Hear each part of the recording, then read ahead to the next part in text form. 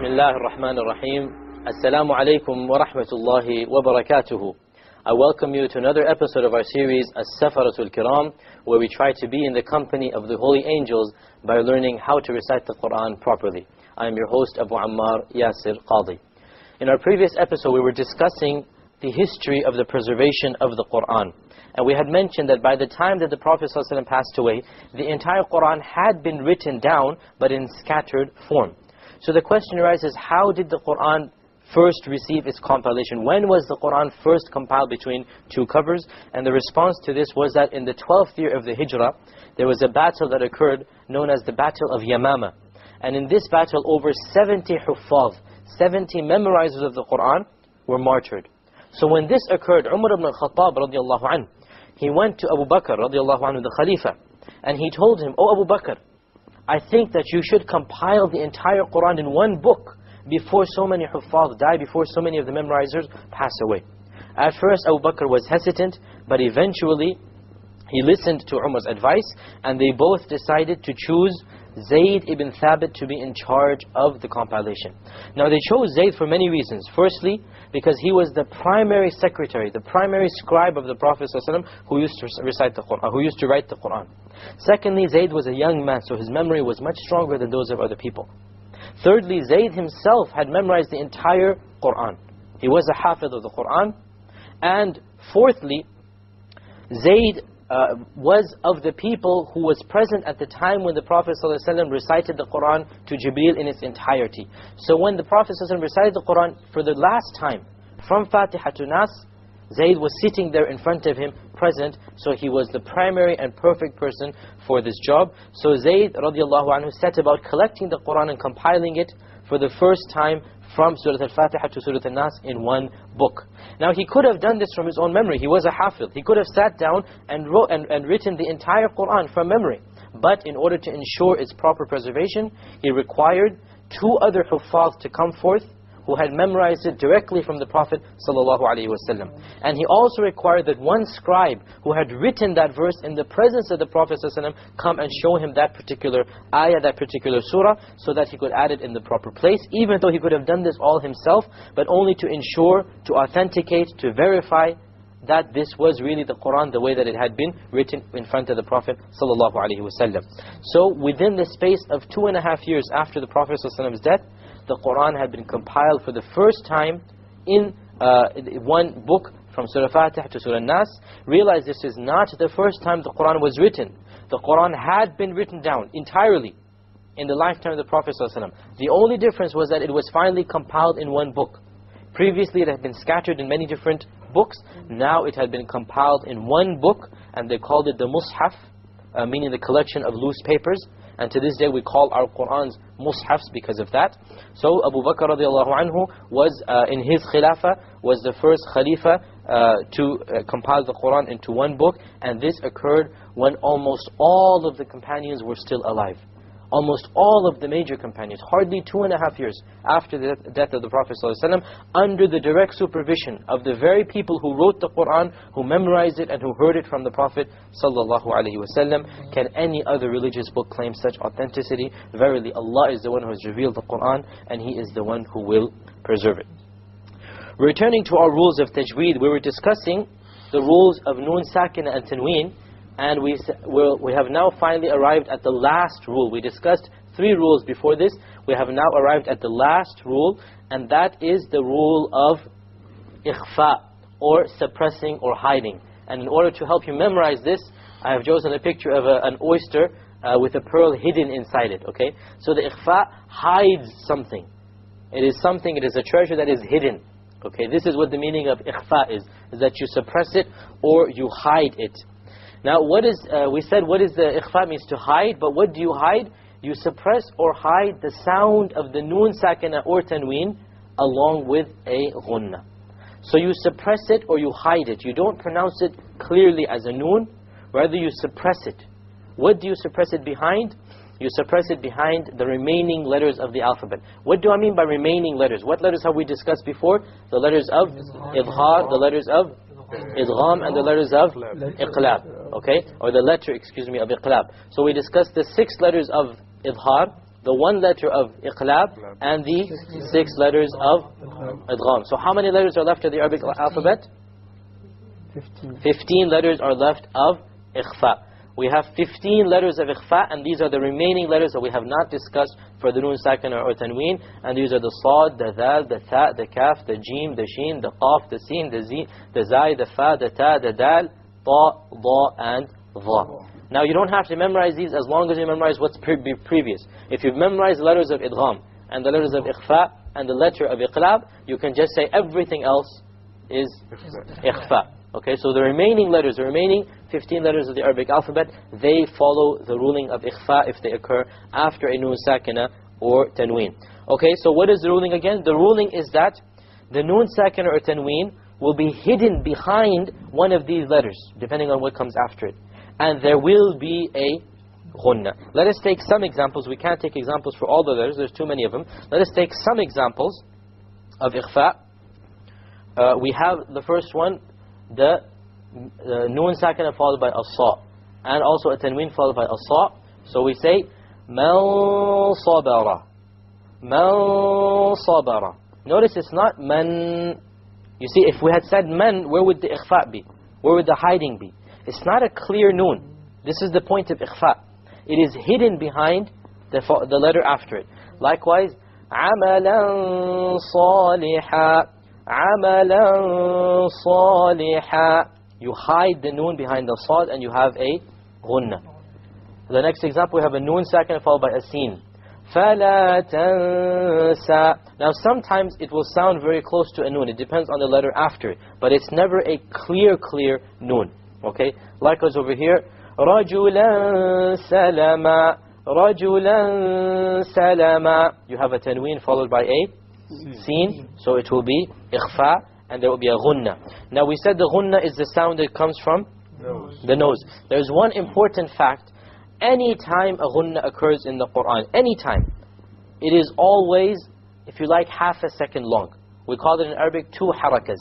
Okay? A haraka, and we'll define this later on in more detail, is the time it takes to open a finger from a closed fist. You have a fist closed, you open up a finger, this is a haraka.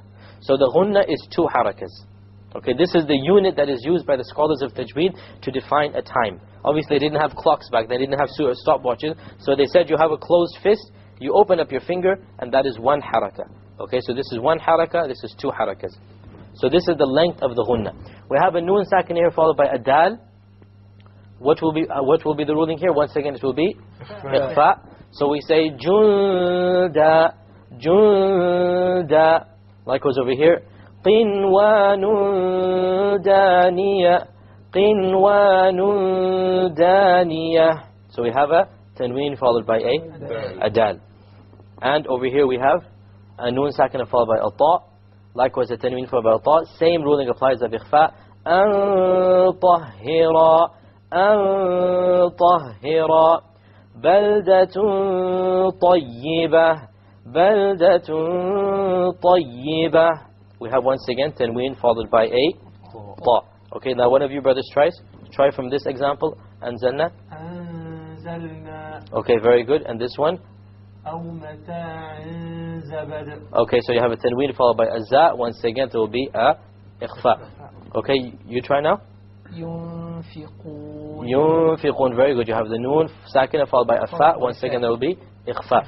Over here, خالدا فيها. خالدا فيها. You have a tanween followed by a fa, so this will be the ruling of ikhfa. Okay, your turn, akhi. كنتم. Okay, kuntum, the noon sakina followed by a ta. Once again ikhfa. Over here, جنات تجري. جنات تجري. Once again there is tanween followed by a ta. Okay, next example. مندود. Okay, once again you have a noon sakina followed by a dha, so there will be an ikhfa because it is of the letters of ikhfa. Over here, عذابا ضعفا. عذابا ضعفا. Okay, so you have a tanween followed by a dhad, so once again there will be an ikhfa. And one final example, ينظرون. You have a noon followed by a dha. Once again there will be ikhfa. ظلا ظليلا. Once again there's an ikhfa because of tanween followed by a dha. Okay, I will recite Surah Al-Insan for you if you follow along with me, and we will try to follow along, and I will try to point out to you where the letters occur. In fact, let us do a review of all of the rulings of Nun Sakina and Tanween. So we'll try to do a review of all of these rulings so that we can implement them when we recite the Quran. Surah Al-Insan is the 76th surah in the Quran, and is also a very early revelation. أعوذ بالله من الشيطان الرجيم بسم الله الرحمن الرحيم هل أتى على الإنسان حين من الدهر لم يكن شيئا مذكورا. Okay, what's the first ruling now? Very good. Al-Insan. What is the ruling? Ikhfa, because it is a Nun Sakin followed by a Sin. Okay. The second ruling that we've done? Hinum min ad-dahr. Okay, there's what? Idgham with ghunna. Why? There's a tanween followed by a meme, so there will be idgham with ghunna. Okay. Lam yakun shay'an. Here we have ikhfa. We have ikhfa followed by sheen. because there's Nun Sakin followed by a sheen. Shay'an madhkura. What is this ruling now? Idgham with ghunna. Idgham with ghunna, because followed by meme. exactly, the tanween is followed by exactly, it's followed by a meme with the letters of idgham. إنا خلقنا الإنسان من نطفة أمشاج نبتليه فجعلناه سميعا بصيرا. Okay. الإنسان, same thing. Okay. من نطفة إدغام with غنة. You have نون ساكنة followed by a نون. نطفة أمشاج. Clarity, idhar, because you have a tanween followed by a hamza, and hamza is letters of idhar. Amshajin nabtali. Idgham with ghunna. Faj'alnahu sami'an basira. Clear iqlab. Okay, so we have an iqlab over here. And notice the small meme we on top of the mushaf, on top of the letter here, to show you the iqlab. Okay, suppose we hadn't stopped at basira and we moved on. Basiran.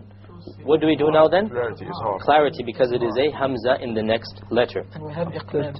We have qalqala in the word khalaqana. Very good. Yes, we have a qalqala in the word khalaqana. We have another qalqala as well. Yes. Nutfa. Very good. We have two qalqalas. What level of qalqala? The weakest level of qalqala. Khalaqana, and nutfa. Nutfa, the lowest level of qalqala. Moving on now. إنا هديناه السبيل إما شاكرا وإما كفورا. Okay, we have over here as-sabila. What is the ruling we took of as-sabila? Who can remember this? Solar lam. It's a solar letter, therefore the lam will be dropped. Okay, and we go as-sabila. We don't say hadaynahul sabila. Okay, imma shakiran. How about the tanween followed by a Idgham here with ghunna. idgham with ghunna, because it's followed by a wa.